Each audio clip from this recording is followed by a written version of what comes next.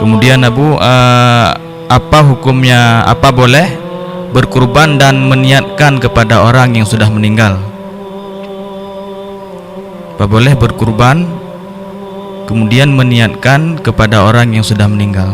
Taniat fahla ke orang meninggal karena letak ke kalon pegah nyo ahlu sunnah wal jamaah. Anak putanya yang baca matawro yang ahlu sunnah wal jamaah, seluruh amalan kebaikan kita nyudip boh perle boh sunat jid niat fahla ke orang yang hanali. Padupna rahman ahlu sunnah wal jamaah awaknya hana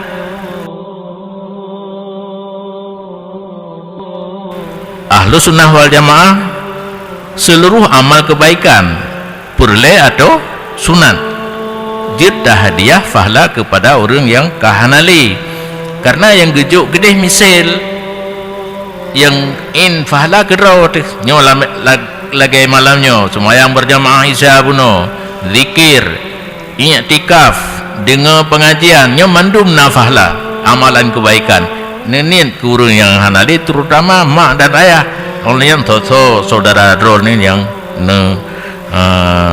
galak sayang hana bupu ya, karena nyan dari kekayaan Allah gebian Allah hanggasing-gasing ke nyo katanya bio tajuk ke gau ka kurang harta katanya Allah gebi fahla yang katanya kasat kepada so mentang yang kam meninggal. Berarti dia kurban fahla kedua tu yang utama atau in fahla kedua tu jid tanit fahla kepada orang yang kahanali berangkasa mentang. Apalagi yang kurban tunat kalau pegah uno seluruh amalan kebaikan boh wajib boh sunat jid niat fahla kepada orang yang kahanali. Demikian.